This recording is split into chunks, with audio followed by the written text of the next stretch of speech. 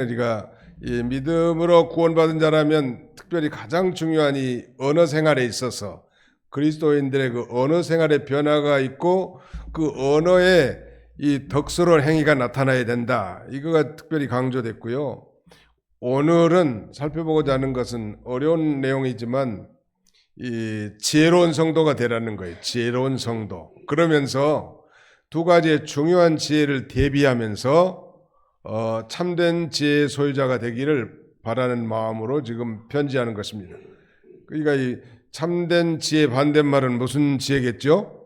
거짓된 지혜. 그러니까 이 참된 지혜는 뭐고 거짓된 지혜가 뭔지를 잘 이해하면 좋을 것 같고, 정말 참된 지혜가 있다면 오늘 제목처럼 그 지혜의 온유함으로 행함을 보여야지, 나는 지혜가 있다고 말하면서 아주 강팍하고 그 다음에는 이 시기하고 비방하고 원망하고 불평하고, 이건 정말 지혜자라고 말할 수 없습니다. 구약에서 이 지혜라는 히브리 말을 호크마라고 하고요. 헬라어로는, 즉 그리스어로는 소피아라고 말합니다. 호크마, 소피아. 시작. 호크마, 세피아. 히브리어도 간통을 나왔고 이제 헬라어까지 다 마스터한 거예요. 지혜가 히브리 말로는 뭐예요? 호크마란 말이에요. 헬라어로는 뭐예요? 소피아. 소피아는 어디서 많이 들어본 것 같죠? 지혜를 소피아라고 하는데, 이런 단어가 성경에는 약 한 400번 이상 등장합니다. 많이 등장한 게 뭐 중요하겠습니까만은 우리 그리스도인들이 정말로 지혜 있는 자가 돼야 돼. 지혜. 지식이라는 것은 어떤 사물에 대한 인식의 능력이라고 할 수 있겠죠. 이건 종소리야. 종소리야.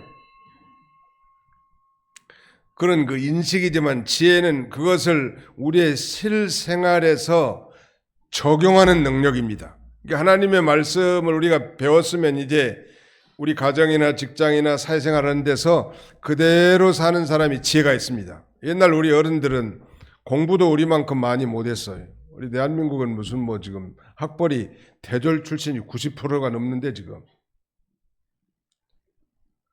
독일은 뭐 한 60% 된다 그러고 40% 된다 그러고, 그다음 미국도 뭐 절반도 안 된 모양인데 우리 한국은 대졸 출신이 90%가 넘어. 그러니까 손으로 하는 노동력이 그만큼 없다는 얘기예요. 전부 다 머리 써서만 일하려고 하니까 좋은 일자리가 있겠어요? 없겠어요?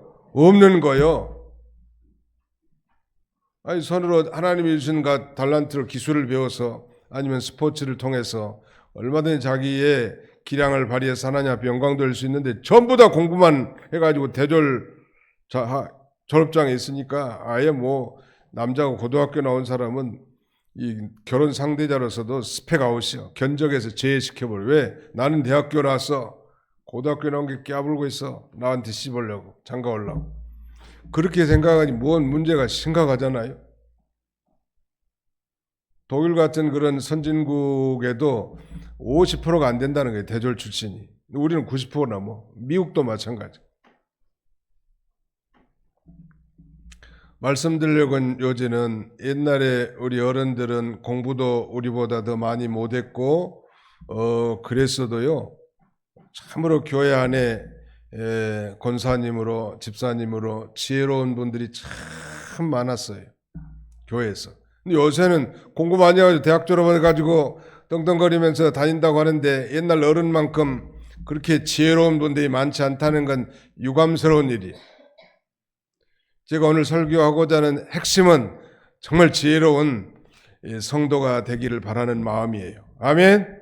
네, 그것이 바로 믿는 자로서 옳은 건데, 본문에는 두 가지의 지혜를 대조를 시킵니다. 하나는 참된 지혜, 하나는 거짓된 지혜. 이 참된 지혜는 위로부터 온 지혜라고 이렇게 표현되어 있습니다. 위로부터, 즉 하늘로부터 온 지혜, 참된 지혜. 거짓된 지혜는 이 땅의 지혜, 이 세상 지혜, 뭐 세상에서 그저 뭐 잘 살고 잘 먹고 잘 떼고 성공하는 그런 지혜, 이런 지혜를 가지고는 정말 형제를 감동시킬 수는 없죠. 하늘의 지혜를 우리가 많이 받아야 돼. 기도를 많이 하고 말씀을 정규적으로 정독하고 묵상하면서 하늘의 지혜를 끌어당겨 가지고, 아이고 우리 마누라는 참 교회 나가든지 지혜가 저렇게 많다고, 이런 칭찬을 남편에게 좀 받아야 되지 않겠어? 당연히. 교회만 나가가지고 뭐 기만 높아가지고 집에 가가지고 선생질이 하려고 하면 남편들이 감동받기 어려워요. 어저께는 우리 성천교회 우리 노예 권사 안수집사 임직 예배가 있어서 우리 임원들 다녀왔는데, 목사님들, 내가 놀랄 일이 2번이나 있었네. 제가 거기에 이제 1991년부터 한 3, 4년 이렇게 신학교 다니면서 평신도 집사로서 같이 신앙생활했던 그분들이 이번에 다 권사를 받고 또 그런 분인데, 내가 2번 놀랬다는 얘기는, 언젠가 신학교에 이제 경건에 인도하러 가는데 이 김영한 목사님이라는 분이 신학교를 공부하더라고. 이분 우리가 같이 신앙생활 때는 교회 나오지도 않은 분이고 교회를 핍박하고 뭐 이런 분이에요. 상당히 성깔도 있는 분이. 근데 은혜를 받아가지고 신학 공부라고. 지금은 그 교회 담임 목사예요, 그분이. 또 한 분을 참 어저께 가서 놀란 일은, 박영화 권사라고 하는 분 남편인데, 이 양반이 이 박영화 권찰일 시절이에요. 우리 같이 신앙생활할 때는. 남편이 외도해가지고 뭐 가정도 되돌아보지 않고 아마 그런 것 같아. 그래서 그 부인 권찰님이 새벽마다 교회 나와서 눈물을 뿌리고 막 간절히 기도한 모양인데, 어저께 나 돌아와가지고 안수 집사로 임직에 참여했더라고.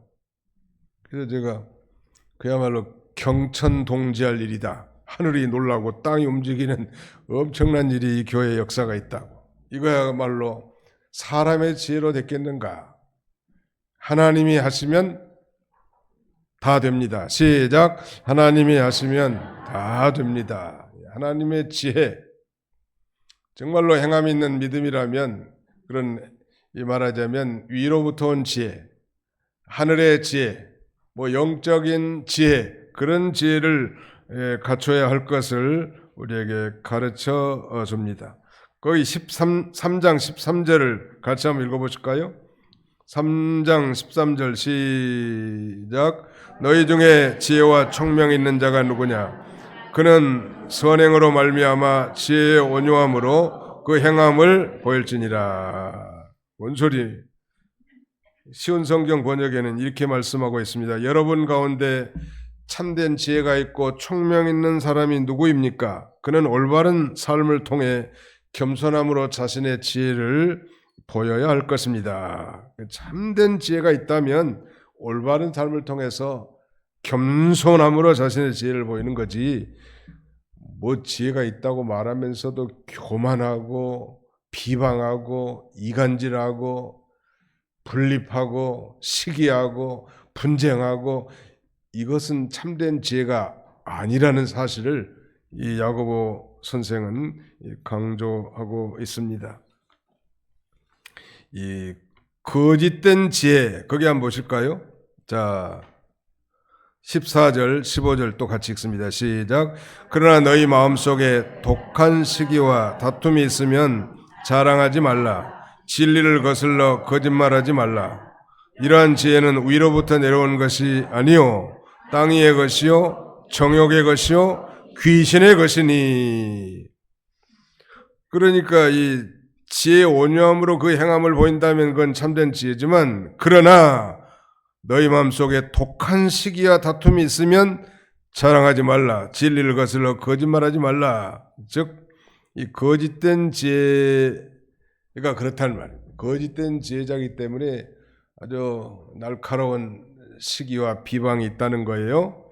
참된 지혜와 총명 있는 자는 선한 행실과 온유함으로 나타내 보이는 반면에, 거짓된 지혜를 가진 자는 악한 행실과 오만한 자랑을 쏟아내고 진리를 거슬려 말한다는 거예요. 그러니까 마음속에 독한 시기와 다툼, 경쟁심이 있으면서 나는 총명도 있고 저는 지혜도 있습니다, 이렇게 자랑하는 것은 그 그야말로 외식하는 거라니, 거짓이라니. 제가 오늘 설교의 요점은 바로 우리 모든 도봉교회 교인들은 이 기도와 말씀을 통해서 참된 지혜, 위로부터 오는 지혜가 풍성해서 이 사람이 가는 곳마다 화평하고 양순하고 하나가 되고 하나님 앞에 영광 돌리는 그런 역사가 되기를 바라는 간절한 마음이에요. 그런데 그런 건 전혀 없이 이 자신이 뭐 총명하고 지혜가 있다고 이렇게 말하면서 그 반대로 행동하는 것은 그건 거짓된 지혜인데, 거짓된 지혜의 출처가 어딘가 15절 보십시오. 이러한 지혜는 위로부터 내려온 것이 아니요 땅 위의 것이요 정욕의 것이요 귀신의 것이니. 이러한 지혜는 바로 거짓된 지혜를 가리킵니다. 거짓된 지혜는 위로부터 내려온 지혜가 아닙니다. 위로부터 온 지혜는 하늘의 지혜요, 그 다음에는 신령한 지혜예요. 그런데 이 거짓된 지혜는 그 출처가 세 군데라고 말할 수 있는데, 세 가지 특징, 거짓된 지혜의 세 가지 특징은: 첫째, 땅 위의 것이고, 둘째, 정욕의 것이고, 셋째 뭐예요? 귀신의 것이라는. 옛날 성경에 더 쉽게 된 거예요. 세상적이요, 정욕적이요, 마귀적이다. 이게 세상지혜란. 이게 좀 더 구체적으로 좀 살펴보고자 합니다.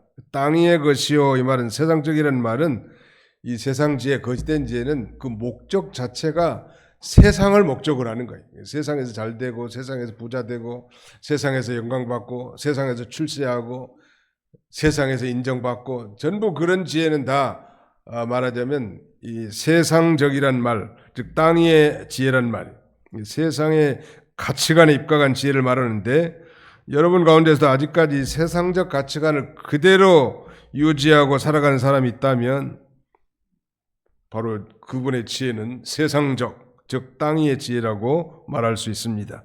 예수를 믿고 구원받은 성도라면 이제 세상 사람들이 중요하게 여기는 것들은 그렇게 중요하진 않아요. 필요할 수도 있지만 별로 중요하지 않다는 말이에요. 가치관이 완전히 바뀌는 거죠. 예수 믿기 전에는 다 어떻게 보면 세상에서 잘 되는 게 중심적 가치잖아요. 예수를 믿고 구원받고 보니까 그건 정말 시시하고 째째하고 하찮은 것이란 말. 그리고 영원한 이 가치, 하늘로부터 내려온, 위로부터 내려온 그런 지혜를 소유하게 됩니다. 두 번째, 정욕의 것. 즉 이 거짓된 지혜의 두 번째 특징은 정욕적이에요. 정욕의 것. 이건 동물이 가지고 있는 본능을 의미합니다. 이런 지혜는 하나님과 관계가 없는데 소위 동물적 지혜라고도 말할 수 있겠죠. 좀 이상하게 들릴지 모르지만 동물들도요, 자신의 생존을 위해서 지혜가 있어요. 그 산양이라든지 염소들 보면 아주 거의 가파른 바위 위에서 이렇게 다니더라고. 맹수들에게 잡혀 먹히지 않으려고. 그래서 자기를 보호하기도 하고 가끔 좀 더 나은 것을 추구하기도 하죠. 동물들도. 대부분의 이 동물적인 지혜는 생존을 위한 것입니다. 그러니까 약육강식이라든지 적자 생존의 원리가 지배하는 가치관이 있죠. 정욕적인 지혜는 철저히 그래서 자기중심적인 지혜이고 생존의 지혜이지만 공존의 지혜는 아니에요. 우리 공동체는 공존하잖아요.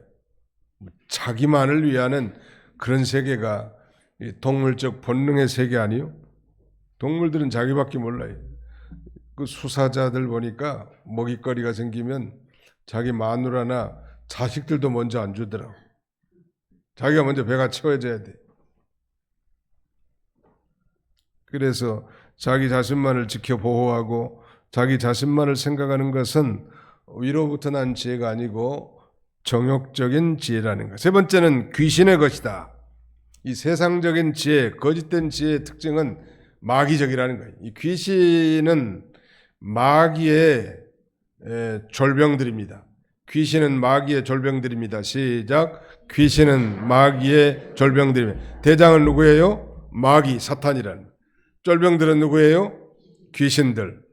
이 귀신들을 영어 성경에는 지금 다 악한 영들 이렇게 번역하고 있습니다. 악령들이, 귀신들이, 점쟁이들이 하든 무당들이 그 귀신의 영을 힘입어서 점치는 거예요. 어느 정도 효험 있는 거죠. 그러니까 귀신도. 이 거짓된 지혜, 세상적인 지혜는 세상적이고 정욕적이고 마귀적이란 말, 마귀적. 이 우리 개역 개정 성경에는 귀신의 것이라고 이렇게 번역하고 있는데, 이 말은 이 거짓된 지혜가 다 사탄, 마귀로부터 나온 것이다. 그걸 지금 설명하고 있습니다. 그 뿌리가 사탄과 연결됐다는 거예요. 이로부터 오지 않은 지혜는 모두 사탄이 그 배후에서 조종하고 있는 것입니다. 이 귀신의 지혜는 간교하고 넘어뜨리고 해짓고 부수고 파괴적입니다. 그래서 이게 위로부터 온 지혜, 참된 지혜인가, 그 다음에 땅에서 나온 거짓된 지혜인가, 우리가 이 분간을 어떻게 할 수 있는가 하면, 이 귀신의 지혜는 간단하게 판명할 수 있는데 그건 파괴적이에요. 이 공동체를 세워나가는 게 아닙니다. 공동체를 파괴하고 이간질시키고 둘로 만들고 그 다음에는 혼란하게 만들고, 이게 다 귀신의 지혜입니다. 이걸 잘 알아야 돼요. 아무리 얼굴이 뭐 미스 코리아 같이 생겼고 목소리가 아주 뭐 상냥하다 할지라도 그 입에서 나오는 말이 파괴적이고 분립적이고 이간질적이라면 이건 바로 귀신에게서 나온 지혜인 줄 알아야 돼. 사람만 보고 사람을 그래서 절대 외모를 보고 판단하면 안 됩니다. 아무리 그렇게 순한 양같이 생겼다 할지라도 그 입에서 나오는 말이나 그 말하는 태도나 제스처를 보면 이 사탄의 지혜, 즉 거짓된 지혜는 파괴적이에요. 그러나 뭐 성령으로 말하면 이로부터 온 지혜는 생산적이고 건설적입니다. 언제나 공동체를 어떻게든지 세워나가려고 하고 화합하려고 하고 하나 되게 하려고 하고 서로 사랑하고 관용하고 양선하는 그런 지혜가, 또 제일 중요한 건 성결합니다. 그게 이단자들이 이 말하면 세격에 붙잡혀가지고 죄 있는 척하지만 지저분해. 대부분의 이단들은 다 지저분합니다. 도덕적으로도 윤리적으로도. 그 유튜브 보니까 신천지 이만희가 뭐 자기보다 30몇 살 어린 젊은 여인과 무슨 이 노닥거리는 그런 영상들이 떠도는데, 그래도 뭐 그 젊은이들이 그걸 분별을 못하고 그 많은 사람들이 거기에 앉아 있다는 건 참 어리석고 미련한 거예요. 왜? 참된 지혜를 배척했기 때문에 거짓 것이 참 것으로 믿어지고 참 것은 거짓 것으로 생각이 되는 거예요. 우리 크리스찬들이 지혜 없는 사람들은 기도하지 않고 그 다음에는 분별력이 없이 말씀과 상관없는 인생을 살면 마귀 노래합니다. 마귀적인 그런 이 지혜를 내지 말고 위로부터 난 지혜, 기도를 많이 하고 말씀에 붙들려서 자신을 부인하면서 하나님의 뜻을 생각하는 거예요. 내가 이렇게 하는 것이 하나님을 기쁘시게 하는 일일까? 내가 이렇게 말하는 것이 하나님이 기뻐하실까? 예수님이라면 도대체 이 일을 어떻게 행하셨을까? 늘 이런 걸 생각하면서 나가는 사람은 그 하나님이 위로부터 지혜를 주는 거예요. 그래서 그 지혜를 가지고 공동체를 세워나가요. 가정에서도 마찬가지. 가정에서도 될 가정, 그렇지 못할 가정이 금방 구분이 돼요. 되지 못할 가정은 그 지혜가 다 파괴적이에요. 분립적이고 자기중심적이고 이기적이고, 그러니까 세상 땅의 것이고 땅의 지혜, 동물적인 그런 본능, 정욕의 지혜, 그 다음에는 귀신적, 마귀적인 그런 지혜를 가지고 있으면 가정이 화합하지 못합니다. 그런데 문제는 이 성령 받은 구원받은 그리스도인이라도 깨어있지 못하면 그런 이 사탄의 지혜에 휘말리게 된다는 거예요. 그래서 교회는 기도를 많이 해야 되는 거예요. 깊이 기도하고 자신을 부인하면서 어떻게든지 어떻게 하면 우리 하나님을 기쁘시게 해드릴까? 어떻게 하면 우리 교회가 하나가 될까? 어떻게 하면 저 사람을 정말로 진정으로 용서하고 관용할까? 이런 것을 생각하고 그렇게 기도하기 때문에 그 결과는 뭐 두말할 것도 없잖아요. 긍정적이란 말.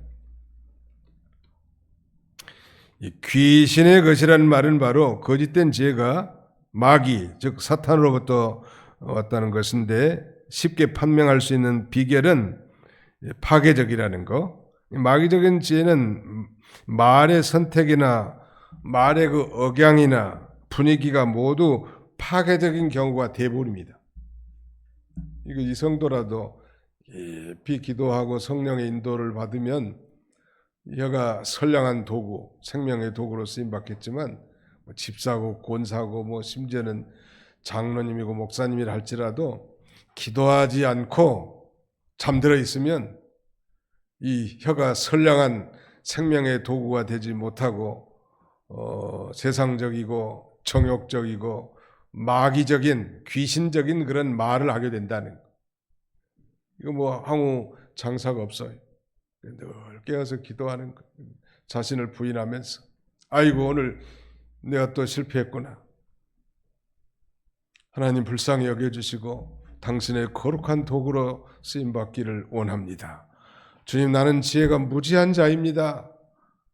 하늘의 위로부터 참된 지혜를 주셔서 오늘 하루도 승리하며 살아가게 주옵소서. 나로 말미암아 형제가 서로 화목하고 나로 말미암아 가정이 바로 서나가고 교회가 하나 돼 하나님 앞에 영광 돌리는 공동체로 세워지기를 원합니다. 늘 그런 기도를 해야 될 텐데 그렇게 기도하지 않으면 이 세상 지혜, 거짓된 지혜가 자기의 마음속에 싹이 터가지고 입술을 통해서 나타나가지고 형제를 정죄하고 비판하고 판단하고 그런 실패의 인생을 살아갈 수밖에 없는 것입니다. 그러므로 이 거짓된 지혜의 열매는 시기와 다툼을 일으킨다고 하지 않았습니까?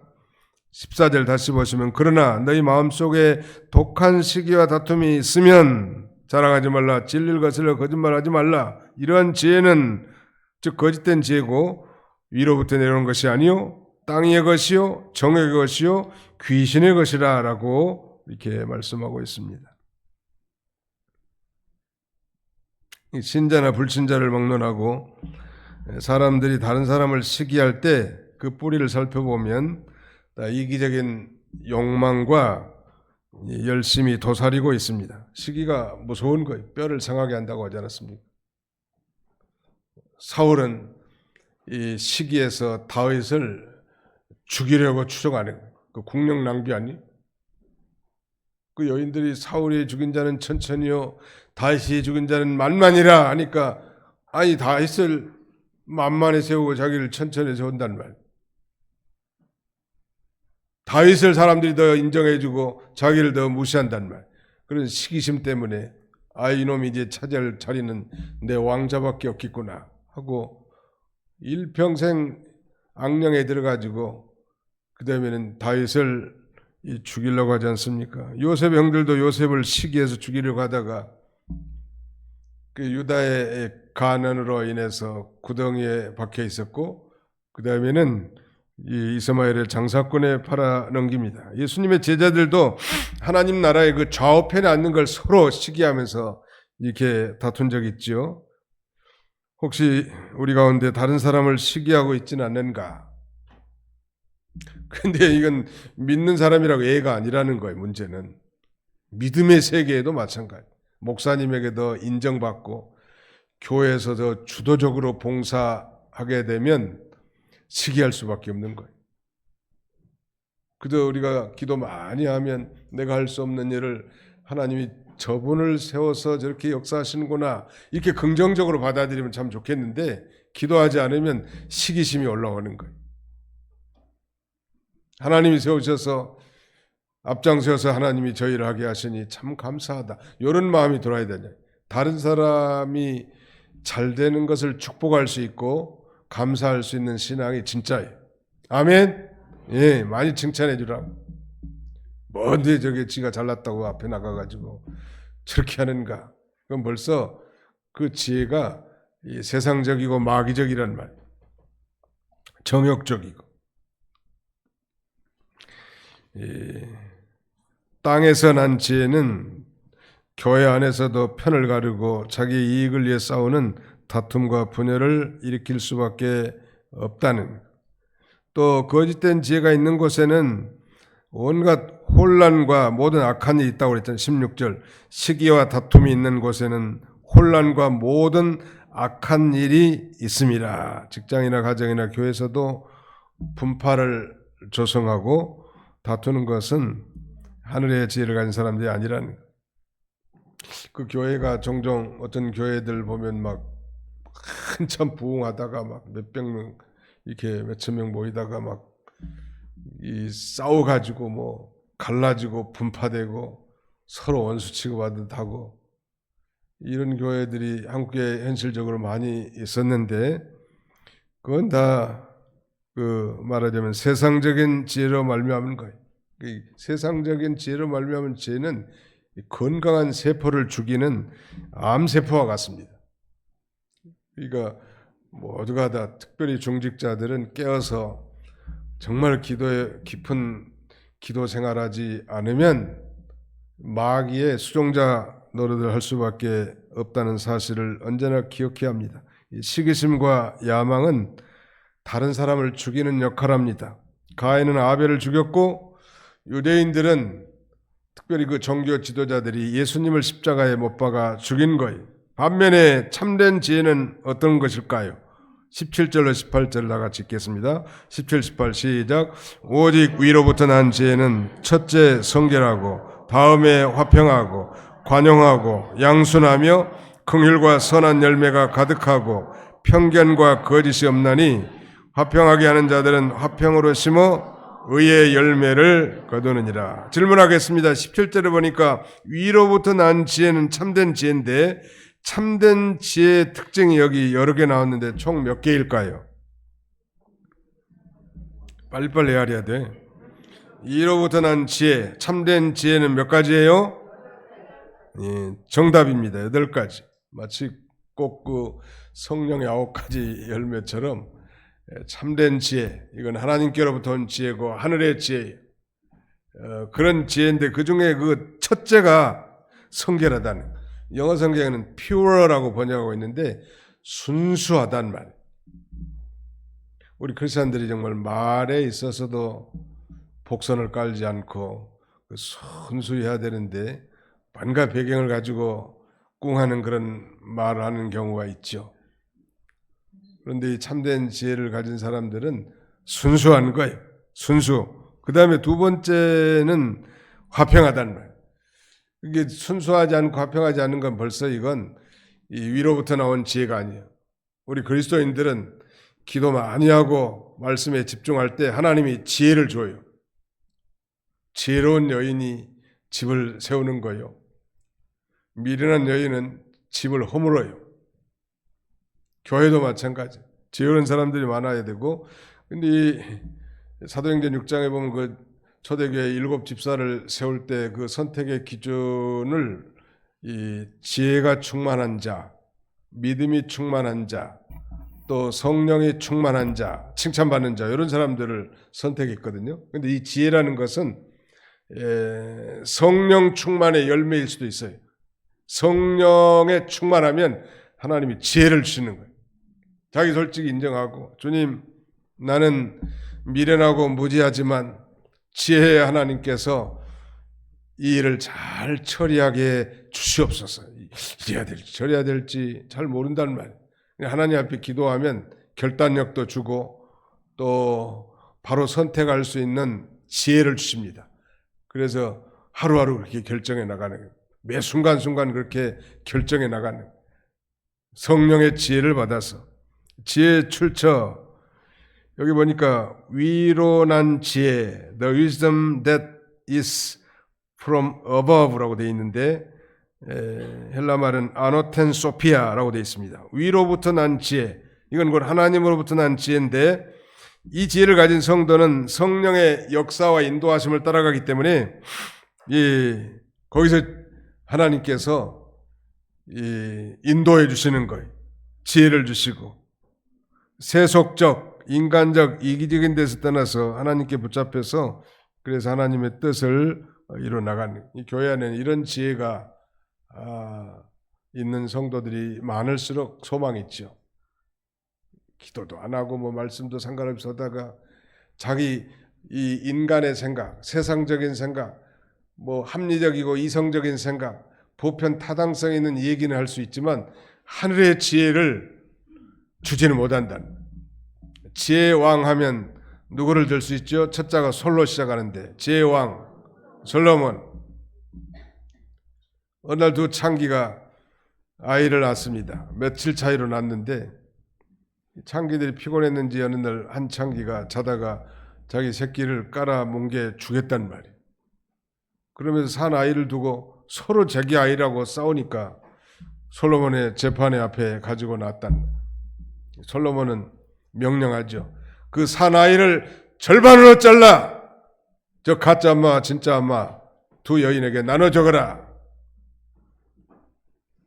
그 단두대 칼을 높이 든 이 집행관이 칼을 높이 드니까 아주 그 진짜 엄마가 불붙은 심정으로 아유 내 아이 죽어도 내 아이 가져가도 좋으니 죽이지만 말아달라고. 그때 솔로몬이 그 지혜는 누가 주신 지혜일까요? 하나님이 주신 지혜예요. 아, 이 여자가 진짜 엄마구나. 그게 바로 유명한 솔로몬의 재판이. 그런 지혜를 우리도 달라고 하는. 교회도 여러 가지 우리가 결정해야 될 일이 많잖아요. 어떻게 하는 것이 하나님이 기뻐하실 수 있고 우리 교회에서 할 수 있는 일인가.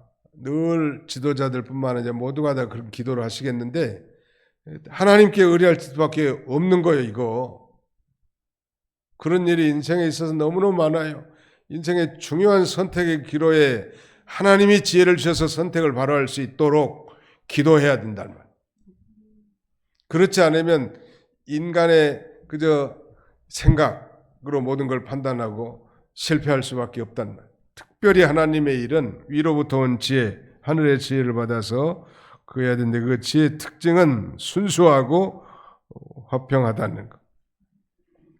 그래서 싸우지 않고 원수도 사랑하고 또 모든 연약한 성도들의 단점과 허물에 관용해주고 또 양순함으로 잘 순종하고 남을 긍휼히 여기고 그 다음에는 그들에게 선행을 베푸는 그런 삶을 살게 됩니다. 그게 참된 지혜예요.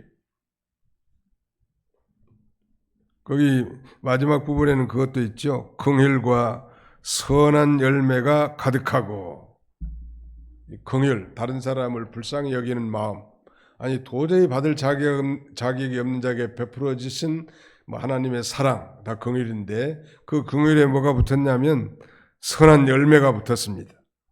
우리는 흔히 쓰는 말 중에 1g의 실제적인 도움이 1톤의 동정보다 낫다. 말로 동정하는 것보다도 실제적인 도움을 주는 것도 필요한다. 로마서에 보면 구제하는 자는 성실함으로 이런 말이 있습니다. 구제하는 자는 성실. 한두 번 립서비스하고 한두 번 도와주기는 쉽지만 성실함으로 꾸준히 이렇게 매달 가난한 사람, 어려움 당한 사람, 힘든 사람, 고통당한 사람을 도와주는 것은 절대 필요해요. 그런 면에서 이 긍휼과 선한 열매는 동등한 가치가 있습니다. 한 바구니의 선한 열매가 한 트럭의 느낌보다 실제적인 도움이 된다는, 실제 도움을 주는 거죠. 어려운 당한 사람에게. 그게 필요합니다. 누가? 믿음으로 구원받은 자가. 믿음으로 의롭다 칭함받고 하나님의 권석이 된 자가 이제 이 삶의 정한 가운데서 참된 지혜가 그런 지혜 아니에요? 늘 이런 지혜가 풍성해서 사는 신자가 되면 얼마나 좋겠냐는 말이에요. 마지막으로 하늘의 지혜를 소유한 사람은 편견과 거짓이 없습니다. 편견이 공정하지 못한다는 거 아니에요? 좌우 물편이라고 있는데 좌로나 우로나 치우치지 않아야 되겠는데 한쪽으로 치우치는 게 편견이고 그 다음에는 외식, 거짓이라는 말. 편견과 거짓이 없다. 가면을 쓰지 않는다는 거예요. 위로부터 내려온 지혜를 가진 성도는 교회에 화평을 가져다 줍니다. 이제 말씀을 맺으려고 합니다. 오늘 제가 증거한 말씀의 핵심은 참된 지혜와 다른 하나는 거짓된 지혜라는 거예요. 근데 거짓된 지혜는 위로부터 내려온 지혜가 아니고 그저 이 땅의 것이고 정욕의 것이고 귀신의 것이, 즉 세상적이고 정욕적이고 마귀적인 것이란 말.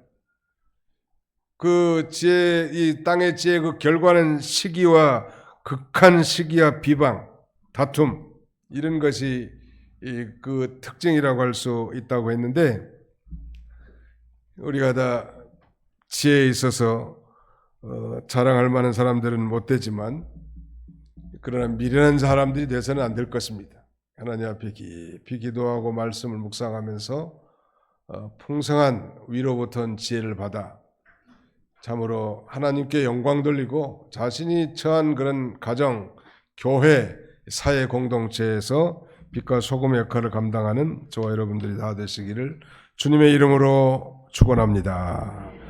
거룩하신 우리 아버지 하나님 감사합니다. 우리 하나님께서 오늘도 저희를 주의 전으로 인도해 주시고 이 식후에 다시 모여 우리 하나님 앞에 예배하게 하신 걸 참으로 감사합니다. 아버지 하나님, 날마다 이제 우리가 정말 믿음으로 의롭게 되었고 믿음으로 구원받아 하나님의 자녀가 되었지만은 여전히 미련하고 어리석게 행동할 때가 얼마나 많은지요. 오늘 특별히 참된 지혜와 거짓된 지혜를 통하여 위로부터 온 지혜와 땅에 속한 그 지혜를 대조시켜서 우리가 참된 지혜자가 되기를 우리에게 원하시는 주님, 날마다 깊은 기도와 말씀의 묵상을 통하여 하늘의 풍성한 지혜로 아버지 어두운 세상을 밝게 하고 많은 사람들을 주 앞으로 인도하며 아름다운 공동체인 교회와 가정을 바로 세워나가는 우리 모두가 다 되게 주시옵소서. 예수님의 이름으로 기도하옵나이다. 아멘.